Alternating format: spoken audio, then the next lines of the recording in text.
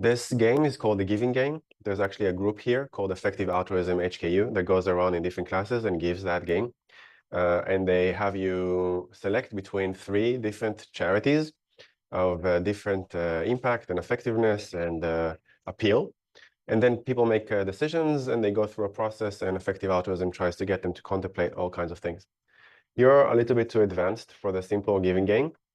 So we'll run a slightly advanced version of that game.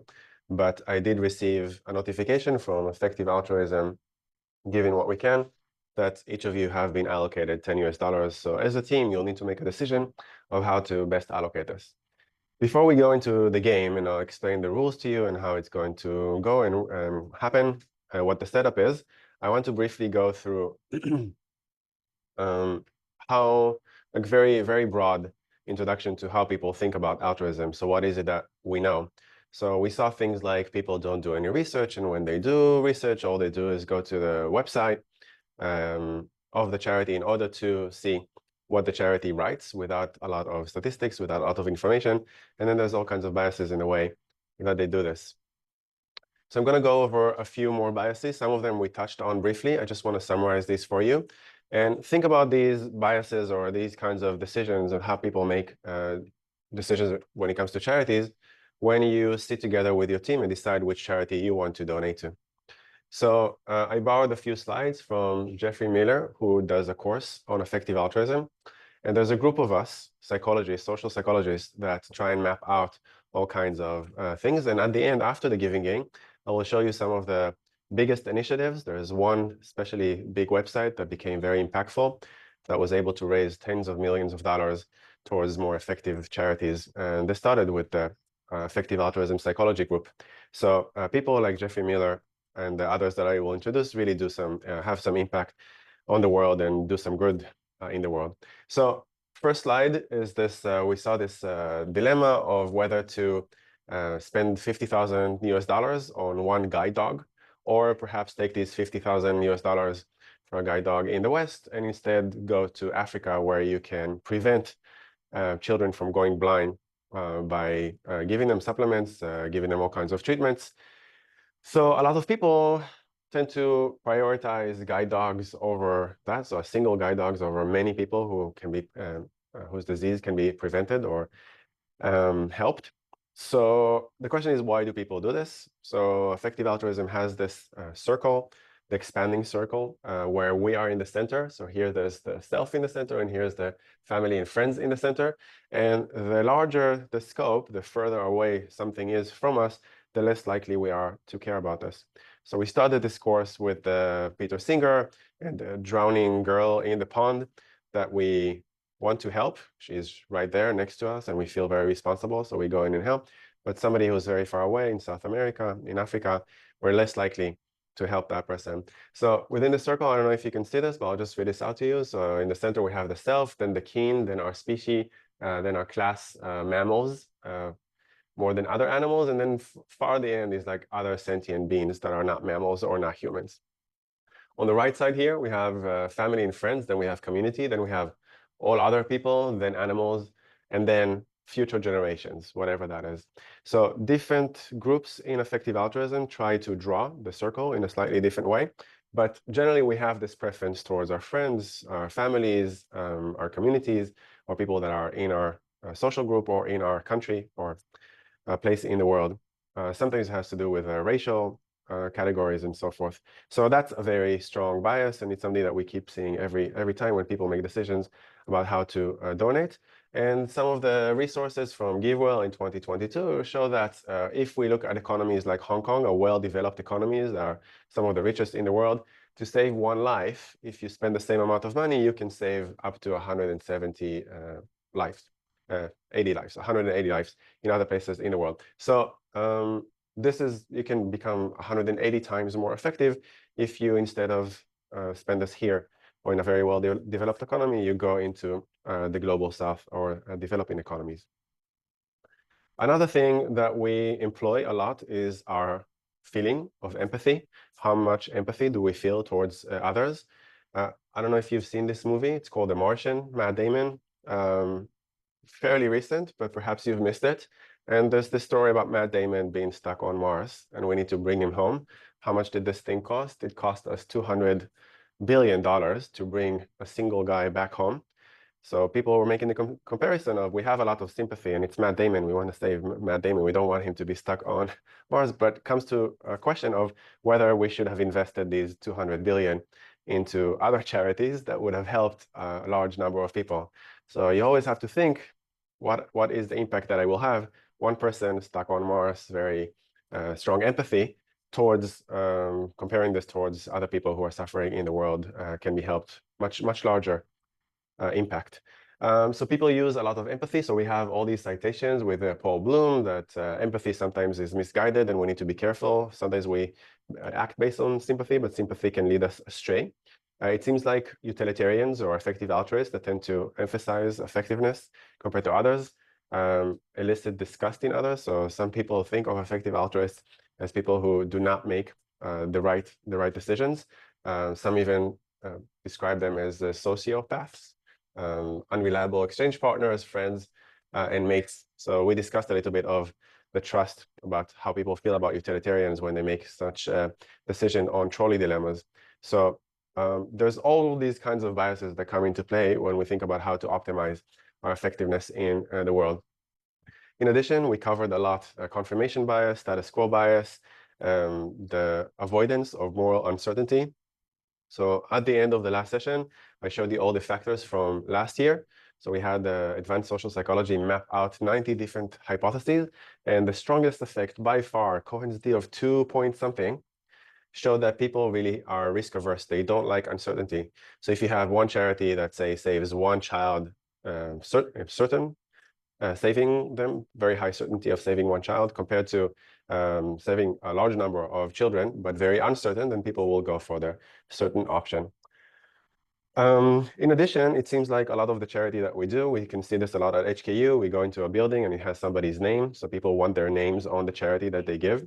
In my study, in the stuff that we've done in my lab, we didn't find support for this. We thought that people want to mostly remain anonymous, but it does seem like there's a lot of these things that just try to virtue signaling to show others that they're doing well and that they're helping the world. So if I help more people, then people will think of me as a good person. So a lot of the charity decisions that we make kind of apply to what is more visible. So TikTok and Instagram tend to show us all kinds of these crazy challenges, but not necessarily for the most effective charities. Finally, and this is a very big bias, last Friday, I went to attend the Effective Altruism in Hong Kong event that was with Peter Singer. And Peter Singer is he's already quite advanced age, but he just finished a tour in the region in China, mainland China, and then finally ended in Hong Kong. And he was going strong, so about 9 cities in 6 days. And a lot of the debate that went on in this event was about his first book that now had a revised version about animal liberation. And it has to do with this first paradox of why do we love pets, our dogs and cats, but we eat other things like pigs, cows, and many other things. So why is it that we make this differentiation? Why is one more cared for than the other? So every evidence that we have from science shows that they experience pain to the same degree, that they have same capacity for mind. All kinds of movies that came out on pigs that can talk and experience emotions just emphasize that there's this capacity for us to also relate to them. But somehow we make this differentiation that it's okay to eat and mass slaughter some animals, but not others. So why is it that we make this differentiation? Why is it that we attribute more mind to some animals than to others? Why is it that we differentiate some animals from humans to a great extent? So some people would say you need 1 million animals to be able to compare this to a single human life, or sometimes even more than that. Some people say it's incomparable. So it's really interesting to think about the psychology of how we make comparisons about the pain and suffering of animals. So some of the charities today that you'll have the ability to choose deal with animals, but it's a highly neglected area. In addition, scope insensitivity has to do with existential risks. So some things we know for certain. So we know for certain children are dying every day by the thousands, and we can do something right now in order to help them. existential threat. So what's going to happen with AI? Is a meteor going to crash into Earth? Is climate change going to affect us? And in what way? All these things are a lot more difficult to predict, but we do need to understand these things better. And it seems like people have a lot more emotional investment in things that they see right now. They understand it's in front of them, than to think of things that are longer term. So one of the reasons why we have not been able to address climate change very well is because people emphasize short-term gains and what's happening in front of them compared to what's happening in the future. So scale is something, scope and sensitivity, long-term stakes is something that we don't know how to process very well. So just to summarize all these things, if we have very limited resources and we have too many challenges, then we need to be able to decide between different charities. How do people make these kinds of decisions? We saw is very biased, but effective altruism tries to have different factors, identify different factors to try and help you think about which charity to emphasize. So today, with the 7 charities that you'll have to choose from, you can think which of these factors is the most applicable to you. So effective altruism looks at the scale, how big the issue is. We want to emphasize issues that are bigger. Is it solvable? So perhaps we should focus on things that we know that we can solve compared to things that we're uncertain. Then we just need to do more research, and we need to be able to put some resources into looking into how to develop this field. And then neglectedness, so for example, animal welfare is very neglected. Sometimes it's better to go for the neglected option because everybody else is already dealing with the big challenges. So all these things together, first identify the most urgent problems based on scale, tractability, and neglectedness, and then focus on the best solutions that are possible. And effective altruism also tries to emphasize impact, look at scientific evidence, collect the data, do RCTs, look at meta-analyses, and so forth, and then see how cost-effective something is at the end. So if, for example, we compare the if we take the example that we showed in the previous slides about a guide dog, 40,000 euros, 50,000 US compared to conducting eye operations, restoring sight in Uganda, then you can treat 1,400 for every guide dog that you do. So much larger impact. You can multiply your impact. So I'll just give you the basic outline for what the giving game usually is. So if you will see this in other places at HKU, this is typically what they'll do. So they will come to you with this kind of slide, giving what we can, saying these are everyday giving scenarios, and you can choose which charity you want to invest in. Is it the guide dogs, or sometimes you will go into our website and it would say, okay, do you want to pay and then add a little bit of carbon offset, or do you want to donate to a charity? So we have a lot of these decisions on which to donate to. This is just the email that I got from Effective Altruism. So Luke is no longer involved. This is Zoe. She's the operations manager for Giving What We Can. So I sent a request for $10 US per student, and they approved this. So now you can see the email, so that you know that you're dealing with real money. Everything that you do, you will get a certificate showing that you've donated to that charity. The typical setup for a giving game is contrasting 3 different charities: Give Directly, Play Pumps, and Against Malaria Foundation. So we talked a little bit about Give Directly. I'll just remind you, Give Directly is the benchmark. So every time Effective Altruism tries to show effectiveness, it compares everything in a randomized control trial to Give Directly. Give Directly is basically transferring all the money with no middleman towards people who are in need, have been identified, verified as having a need. They get this on their mobile, and we don't tell them what to do with it. They spend the money as they like. And then we compare this to other interventions, like us coming from Hong Kong or from the West, coming in and saying, okay, you need toilets, or you need water, or you need a certain thing. Is this really what they need? Is this really helping them? To what extent is a question. So Give Directly has been shown to be highly effective. So everything else, all other charities, are always compared to Give Directly, and they need to show effectiveness higher than Give Directly. So Give Directly is benchmark 1, and everything else is compared to Give Directly, how much more. So Against Malaria Foundation is something between 10 times to 15 times more than Give Directly. When they play the giving games, they don't know this, but you've already seen this in previous sessions. But I will give you one case study that you may have not heard of. This is Play Pumps. How many of you have heard of Play Pumps? None of you have heard of it? No? Okay. So Play Pumps is a big charity. It received a lot of investment from the World Bank, and it had a very good cause in mind. So one of the problems is that these places in Africa don't have access to clean water. The water that they usually get is from the river, but the river is being used also by wild animals. So there's a lot of infections and diseases and all of that. So the good water is actually deep in the ground, and you need to pump it up in order to bring people clean water. So they came up with this fun thing. I'm going to show you a video. As I show you the video, I want you to pay attention to the small details of what they implemented, how it is, and then give me your impression of how good or bad this might be.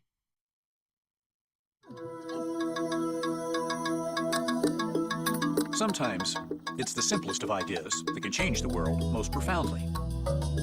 And sometimes it is the most challenging problems that can have the simplest solutions. Access to clean, abundant water supplies is a huge problem and getting more difficult daily. Currently, over 1 billion people don't have a clean water supply. Around the world, water-related diseases kill an estimated 6,000 people every day.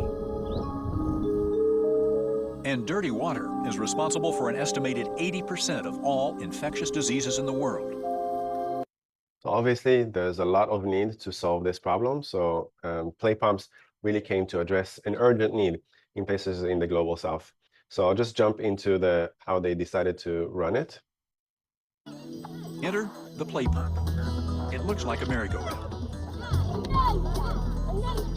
In fact, it is a merry-go-round attached to a pump. Every spin sends clean water into a storage tank at the rate of 1,400 liters per hour. Play pump water system utilizes the power of children playing. So if we can find a community with a rural school where children are more inclined to use the pump, we've got a sustainable water supply. Yeah, so it's a very simple idea. We want to give them a pump. We can solve two things at the same time. The kids need somewhere to play. You need to have a pump. Somebody needs to pump. And we use a lot of energy in order to pump up the water. So maybe you can solve both problems at the same time. So what they did is they installed this merry-go-round for kids that they can go on a ride. And as they go on rides, this is what pumps the water up. It looks good. It really looks good because the children are happy. It looks like there's something fun. It brings in something to the community. And for a while, this seemed like a very promising kind of direction. Let me just show you some of the impact. So this is what it looks like. Really fun to play. So you can see all the people from the charities coming in and working with the kids, and a lot of photogenic options for you to feel like you're having an impact, and then you can feel the water from that. It took about So everybody was very happy about this for a while, but then after a while, what turned out to happen is that this was considered to be a big failure. Why was this a big failure? Because it wasn't really clear that the children really wanted this. And then the thing about children is that they get bored very fast. So after a while, if the water supply depends on the children playing all the time and they don't feel like playing with this anymore, then it becomes a chore. So finally, what ended up happening is the children decided they don't want to play with this thing anymore. It's more like a Western way of playing, but they've had their own way of playing for a very long time, playing with these things that they have over there in Africa. So what ended up happening is that the elderly people of the village had to take turns in order to push this play pump in order to bring the village water. So that's an unfortunate conclusion of this thing. And after a while, they decided to abandon this after investing $16.4 million into this. So it wasn't as fun as we thought. Maybe fun for us or in Hong Kong or in the West, but maybe not so fun for them. It involved a lot of investment. And one of the things that they didn't take into account is that it needed a lot of maintenance and it needed a lot of technical details. So if it went wrong, then it's very difficult to fix. But if you just have a hand pump, then any village has at least one person who is knowledgeable about this. So people know how to do this. So now in all sorts of places in Africa, you've just have these things that are just there and nobody uses those anymore. So just one example, which is contrasted against Give Directly. So Give Directly has been able to show that it's much more effective than play pumps, and it keeps on going, and people keep investing in this. So sometimes we come into these villages thinking, yeah, we know what they need. They want to play. They want to have a merry-go-round. They want to have something to automize their pumping. But sometimes this is not the solution that they need, and sometimes they're much more knowledgeable of what it is that they need than us. Contrast this with Against Malaria Foundation, which is a highly effective charity. I'll let Luke explain a little bit about that. And then I looked a little bit deeper into malaria, and what really struck me was that the thing that really struck me first of all was that the equivalent of 7 jumbo jets full of children under 5 were dying from malaria every day. And if we walked down to the end of a runway and we saw, a horrific, image to put into your head, but 2 747s collide on the runway and, big fireball, and then we saw that another 3 and a bit times, and then I said same time tomorrow, same time the next day, same time the next day, I don't think it's hyperbole to say that's slaughter. Hundreds of thousands of people die from malaria each year, mostly children under 5. It's a humanitarian issue on an enormous scale. Malaria is also the single biggest drag on the economy of Africa, because when people are sick with malaria, they cannot farm, drive, teach, or otherwise function. But unlike many other deadly diseases that we aren't sure how to cure, like cancer, malaria is easy and cheap to prevent. Numerous scientific studies have shown that a simple insecticide-treated bed net that costs only a few dollars is highly effective at preventing malaria. If you put that over a head and a bed, then because malaria-carrying mosquitoes typically bite between 10 o'clock at night and 2 o'clock in the morning, you do a huge amount to stop the transmission of malaria. And I did a bit more research, and I found that the number of nets that were being distributed was in the low millions, and the number of people that were affected was in the high hundreds of millions. And so I thought, gap. And then you run some numbers and you realize that, this is, it's not expensive to do this work. In December 2005, the first World Swim Against Malaria took place. It involved 250,000 people from 189 countries. Several $1 million were raised, 100% of which was used to buy 350,000 long-lasting insecticidal nets to protect 650,000 people. The 100% theme continues today, with all of the donations from the public being used to buy nets. People began asking Rob if they could raise money in ways other than swimming. So a website was created so that people could fundraise against malaria in whichever way they wished. The organisation's name was then changed to the Against Malaria Foundation, or AMF. You see, AMF isn't your typical charity. They're one of the most effective charities in the world because they are guided by 4 key principles: impact, accountability, transparency, and efficiency. AMF is highly efficient at turning donations into real improvements in recipients' lives. As little as $5 donated to AMF can provide a net which protects an average of 2 people for 2 to 3 years. Better yet, AMF makes sure that their nets are distributed only to those who need them by using pre-distribution surveys, independent supervision at distribution, and the help of local community leaders. All of this is done on a national scale as they help fund millions of nets at a time. This helps make AMF's net distributions highly cost efficient. People in the wrong quantities, and we weren't covering people, and so there's an exceptional level of effort and focus that goes into thinking about how we monitor all of the operational procedures to help improve things. Monitoring waybill movements and shipping movements, and there are a myriad other ways we do it, but that gives you a flavour of the we're very much involved in the operations. AMF is also highly transparent, so the donors know that their giving is actually doing a lot of good in the world. They list every donation they receive, all information regarding distribution and its impact, and publish significant details about how they operate and make decisions. All right, so I'm going to stop this here. There's a lot of great things about Against Malaria Foundation, but the main point I wanted to show you is this contrast between Against Malaria Foundation and these principles that they have. Really the highest impact charity among the best that we have right now for something that is very simple. It's just mosquito nets. So how to distribute them, how to make sure that it goes to where it goes. They do a remarkable job. So if we just compare these two against each other, so play pumps did all sorts of things, requires a lot of manual work. It was never evaluated whether kids actually want this thing or not. We just assumed, coming up from our own place of origin, thinking that we'll show them what's fun. But they have their own ways. So it was never really evaluated. It's very, very pricey. So just to install one of these things takes a lot of money. And mosquito nets are just very cheap, $5, and it lasts for a few years. So it's pricier, less efficient, and more dangerous compared to the other things. So almost everything about the contrast between these two charities really leads you to the conclusion, again, Against Malaria Foundation does a much better job, not only compared to play pumps, but also compared to Give Directly. So it seems like when you give people the money, they don't come up with their own idea of we need a mosquito net. They go for other things that seem to them as more urgent, but preventing them from contracting all kinds of disease that they're not even aware that they might get is something that's very, very important. So Against Malaria Foundation has been able to show effectiveness compared to randomized controlled trials and effectiveness compared to Give Directly. And Give Directly is also one of the charities that you can decide to donate to. Just so you know, it's there because this is the benchmark, because we compare everything to it. So we have this setup. So I'll explain the setup and how we do this. But before that, I'll just tell you a little bit about the charities. So In this game, you will sit together in a team of between 5 to 6, and you will need to decide between give directly, that we just saw from the typical giving game, to any of these 6.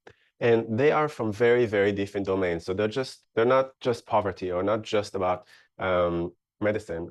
They cover a wide range of topics, and they're very different from one another.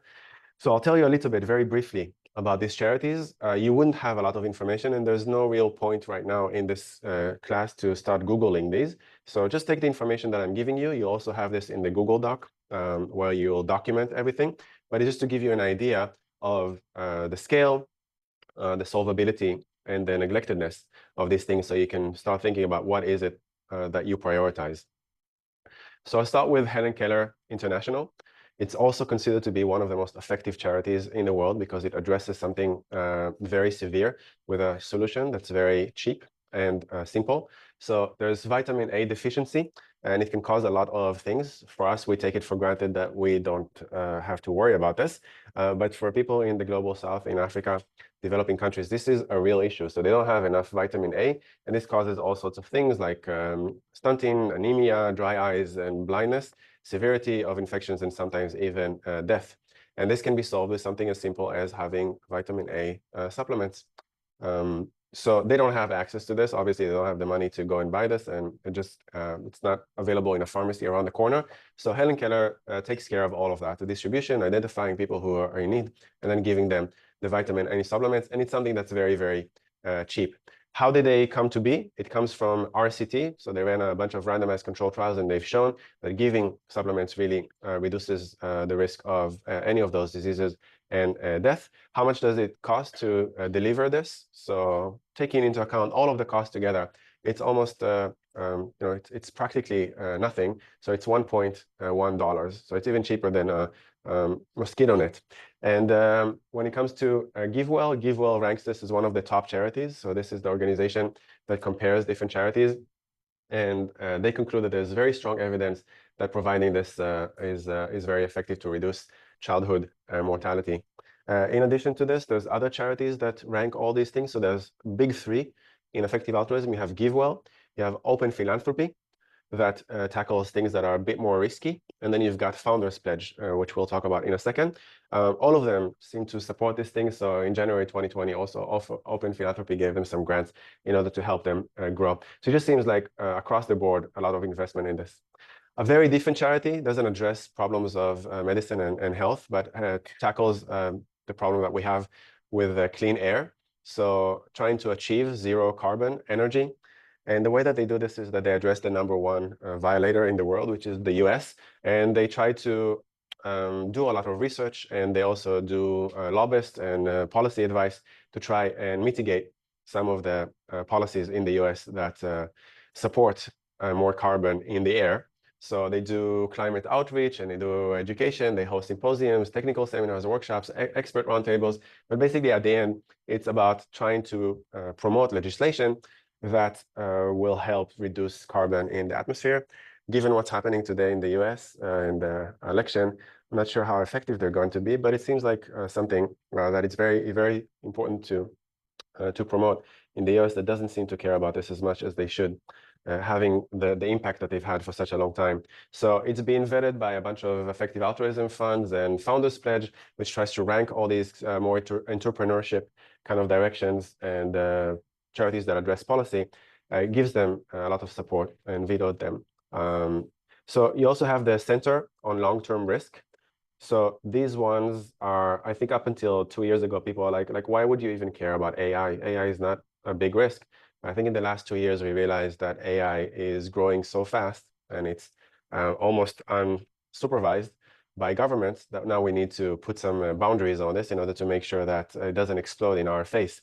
So they saw this coming. So the Center of Long-Term Risk addresses worst case scenario of all kinds of risks and developments from the deployment of advanced AI systems.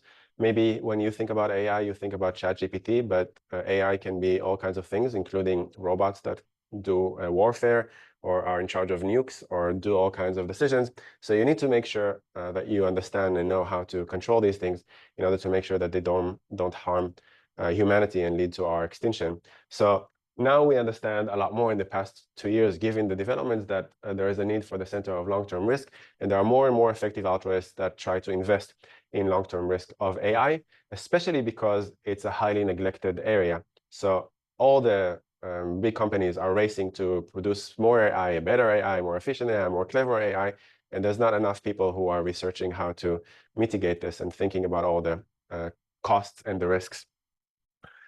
One more charity is the Wild Animal Initiative, and they're working on supporting, understanding and improving the lives of wild animals. So because of climate change and because of all sorts of things that we do, from hunting to fishing, we just are destroying our habitat, and we are affecting a lot of animals out there. And so Wild Animal Initiative said we need to understand this better. So there's not enough academic research that looks into the impact of humans on the environment. So they're trying to promote literature reviews and experiments and studies, observational and experimental, in order to try and understand our impact. They have a whole research program, they have grants, and they have outreach. So once they come to some kind of a conclusion, they try to promote policymakers making some decisions on how to protect animals better. So one of the reasons why this is supported by effective altruism, given the circles, a lot of people emphasize humans over animals, but it seems like because nobody cares about animals, finally, when there's a good, effective charity that cares about animals, this is considered to be highly neglected, and therefore, because it's so neglected and because there's nobody operating in there, it's very important to promote at least one charity that tries to understand this problem a little bit better and address it. Carbon 180. So I think a lot of people who deal with climate change are coming to the unfortunate conclusion that we cannot solve this right now. There's not enough of will in the world to get to zero emissions. So the US and China and India are continuing as if there's no problem. And if anything, sometimes it's increasing emissions. So we need to solve this in a different way. So Carbon 180 tries to address this by pulling carbon out of the atmosphere by all sorts of technological means. So we don't have this technology. Like, we know of some directions, but we don't know how to do this cheaply and on mass scale. So we need at least one charity to try and study this a bit better and to motivate people in this field to invest in this a little bit more. So if we can really never get to zero carbon emissions, then at least perhaps we can come up with some way of getting the carbon, capturing the carbon from the atmosphere. So Founders Pledge, which tries to invest in entrepreneurs that look at neglected areas or think of worst case scenarios. If everything else fails, this is what we must do, tries to invest in this very extreme solution. High uncertainty. We don't really know if we'll ever be able to capture enough from the atmosphere in order to reverse things, and it might take a very long time and be very expensive, but at least we need to be ready for this. So we need to know how to do this. New incentives goes back to medicine and health, and it comes up with a very interesting solution.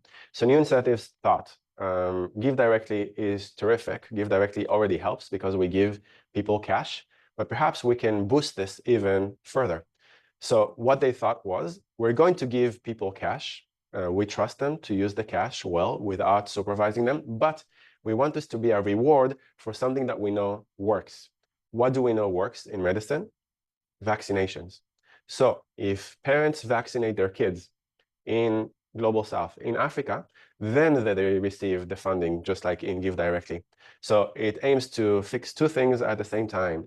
First, give directly to solve the problem of poverty and allow them to alleviate themselves from poverty. And at the same time, promote vaccinations. So the vaccination rate in places like Africa would go up, preventing kids' death. So when it comes to charities like this, it's very easy to show that they're more effective than Give Directly because they're doing Give Directly plus something else. And vaccinations are highly effective. We know that they work. They don't necessarily cost a lot. So combining these two things does a world of good. So supported by GiveWell, it's considered to be a GiveWell top charity since November 2020, and it's winning a lot of grants, and it has been able to show with randomized control trials that they're doing a lot better in helping children, families, and communities in Africa compared to things like Give Directly. So highly impactful, very strong evidence that they're effective. So I'll go over how we're going to do this game. So this is how I want this setup to be so that we make sure that we're effective in the way that we're running this game. So every team needs to come to a conclusion of the team altogether, which charity to give the money to. And the amount of money given by the team depends on the number of people, but every team member contributes $10 to that charity. And you need to select from these 7 charities. The 6 charities are just covered and give directly. The way that we're going to do this is that we're going to try and get everybody thinking about this problem. So I want you to have a discussion among yourselves about how to approach this. So how does each charity do on scale, neglectedness, solvability? How does it do on other things, your appeal, how important this domain is, any other factor that you can think of. And this will help you think about factors for your third task. The setup is that we have one member who is an observer, and that member does not participate. So an observer, the only thing that the observer does is document. So nobody writes on the laptop. There's no need for you to Google anything. Your main priority is to discuss things with others. So the exchange of ideas. In order to help you do this effectively, the observer, the only task that the observer has is to document everything. So the observer does not participate or speak up. It's the person, he or she, is the only person with the laptop, documents the discussion, the process, and the biases that might come up, and then writes down as much as possible. Afterwards, I will ask the observer to tell us a little bit what happened in that team so that other teams will know what happened over there. Okay, so after we form the teams, we'll need to make a decision of who the observer is. The second role is the role of the facilitator or the moderator. So I know that sometimes for some students, they don't like to speak out, or sometimes they kind of get lost in the background when you have a lively discussion.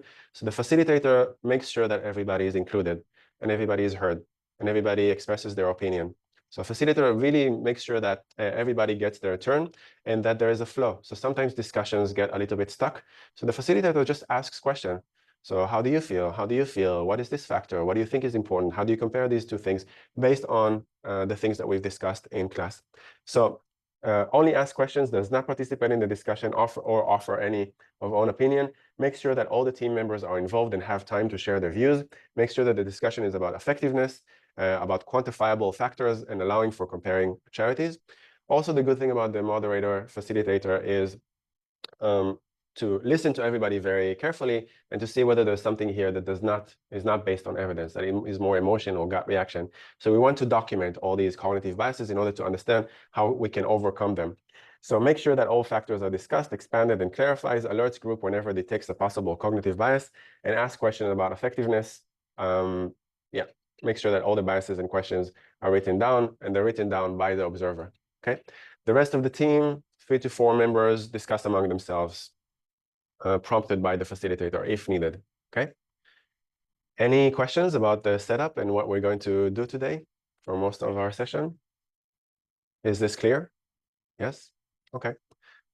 Last class, you mostly sat together in your own teams, but I feel like it's important that we mix things up a little bit. So what I'm going to do is I'm going to assign you numbers.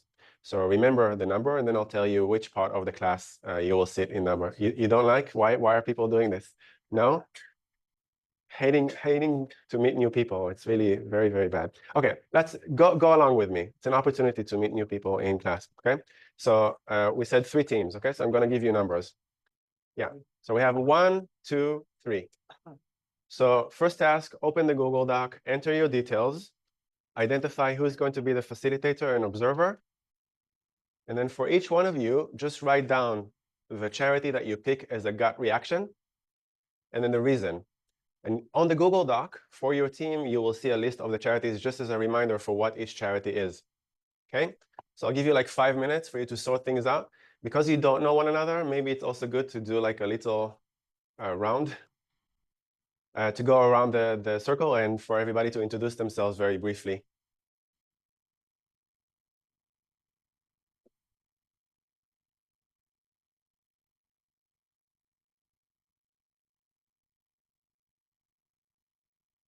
Okay, so you can think who wants to be a facilitator, who wants to be an observer. If you need some help, I'm happy to help and suggest. So each team has 7 members. It means that you have $70 to give together as a team. Good. So if you all had your gut reaction, so now it's the time for you to start debating this.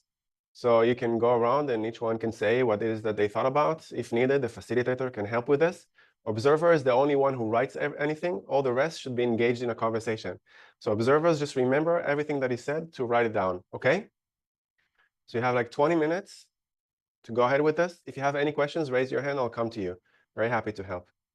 We finished the 20 minutes of debate. I heard a lot of things in the background. It's very interesting. I think it's especially interesting to see that some of you started with one thing and then suddenly there was like a shift in the group where you started considering other things. But hopefully you've at least narrowed it down from 7 to something like 2. Yes. What's important to consider, you have a lot of questions about what works, what does it mean, what is the effectiveness, is the technology viable, all these kinds of things. But these are almost secondary to the big things that you were discussing. So what is the scale of the problem? How urgent is it? What's our ability to help right now in the moment compared to long term? You know, all the factors that we've discussed before. So I think by now you have a good mapping of the factors. You have a good mapping of how each charity does on each one of these factors. And you've narrowed it down to something like 2. So in the next 5 minutes, I want you to make a decision. It's 3 minutes. 3 minutes, I want you to come to a decision. Together as a team, what you would like to invest in. Sometimes it's okay and completely acceptable for you to have divergent opinions, and then it's a majority vote, okay? So it's good that you have 7, so there's no tie, especially if you narrowed it down to 2. So within 3 minutes, get to a decision. At the bottom of the table, there's a team decision, majority decision. So just put down what it is that you decided, okay?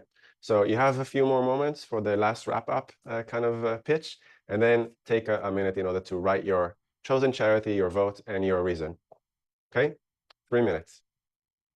Okay, so let's try and summarize things. I'll ask a member, the observer, to summarize very briefly, like less than a minute, what was the final decision, whether there was a split or whether there was a consensus, and the biggest factors, the biggest reasons.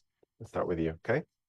Go ahead. So our group ultimately decided on give directly. Give That directly. was the end result. But at the start, we start with almost everyone having a carbon 180 as our decision and only one person having give directly. But after some discussion, we looked over the urgency factors, but also about the matureness of technology as well as the concept. So we also looked at how immediately the effect of giving the money is. So because we only have $70, so if we give it to a charity such as Carbon 180, we can't actually see the result of our donation, but for Give Directly, because it gives the money unconditionally to them, and it allows us to actually have immediate effect as well as being able to help them in a way that is more apparent and able to be seen by us. Yes, very good summary. Thank you very much for that. How about your team? In the beginning, we have 5 choices, but turned out we all agree that we should donate money to the clean air task. We got 3 reasons. Like the first one is that country promote zero carbon is important for ourselves and future generation. And the second one is it prioritize the global and emergency issue.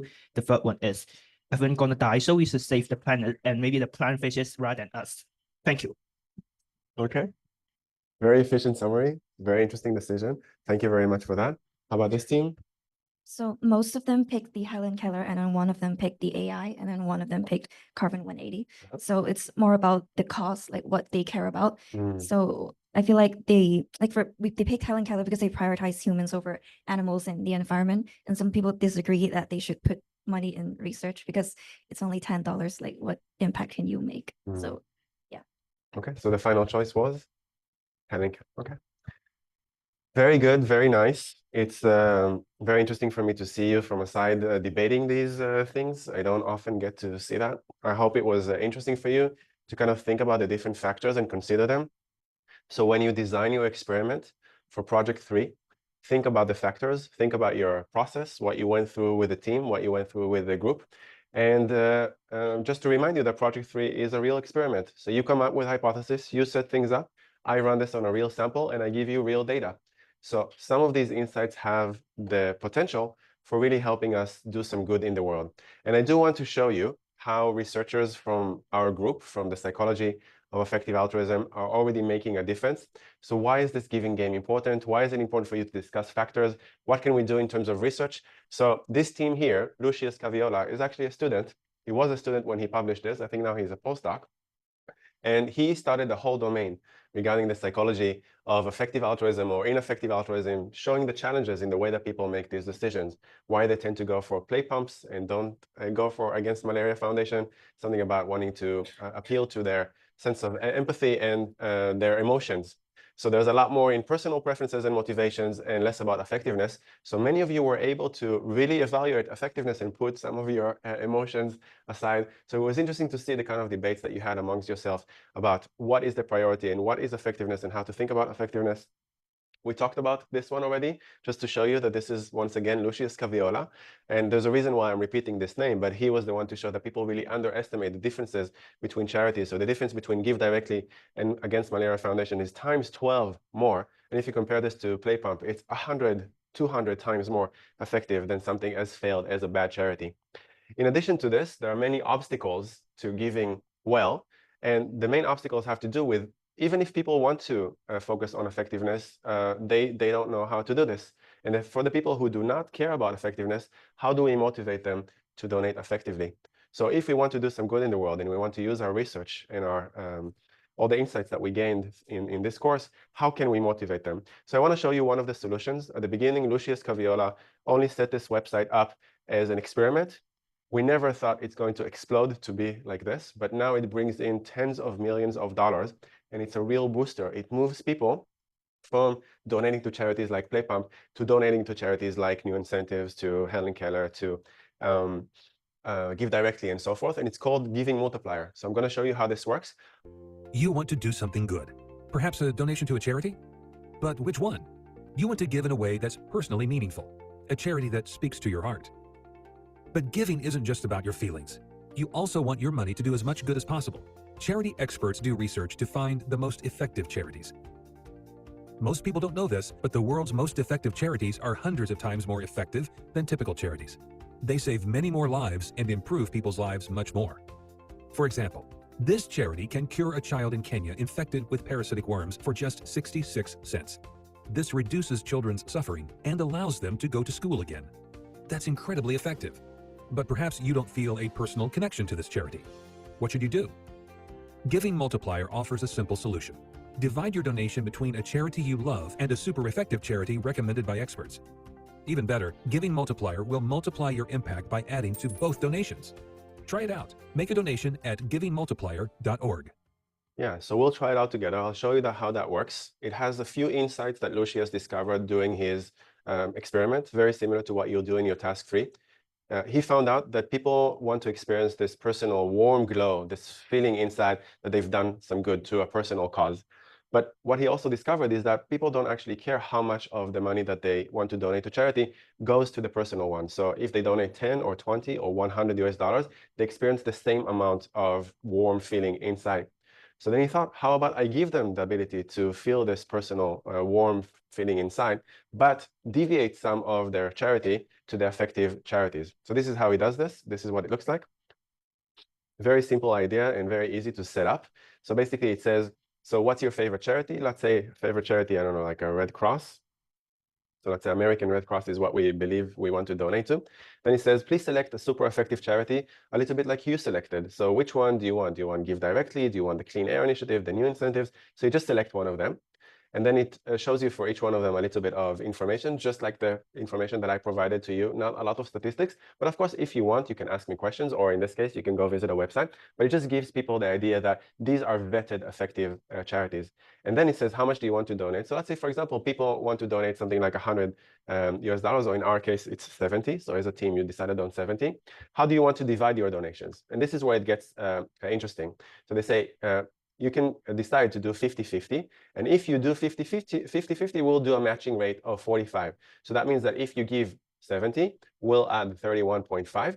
And at the end, your donation is boosted from 70 to 100, which is amazing. Now, how do they motivate people to donate more to effective charities? The more that goes to the effective charities here on the side, let's say for New Incentives, the matching rate increases. So it gives people the feeling that if they donate to the more effective charities, they add a little bit more. So their donation actually increases. So you only gave 70, but at the end, your donation was $120 US. So this is an amazing idea. So if people just care about a little bit of personal warm glow, then some of them might be okay with just having 10%. and then 90% going to very highly effective charities. So compared to the Red Cross, new incentives is by far a lot more effective, given the GiveWell and the open philanthropy ratings. And matching rate really gives people the idea that they donate a lot more than they initially had money for. Then comes the question, who gives this money? Where does this money come from? 56.7. So this is another thing that Lucius discovered by doing research on this. It seems like some people really want to be boosters. So they give people the opportunity to say, do you want to help move and motivate people to go to the more effective charities? You can be a booster. And about a third of the people want to be boosters. So right now, the website strikes even on having boosters on one side and then using matching schemes in order to move people from their personal charities into the more effective charities.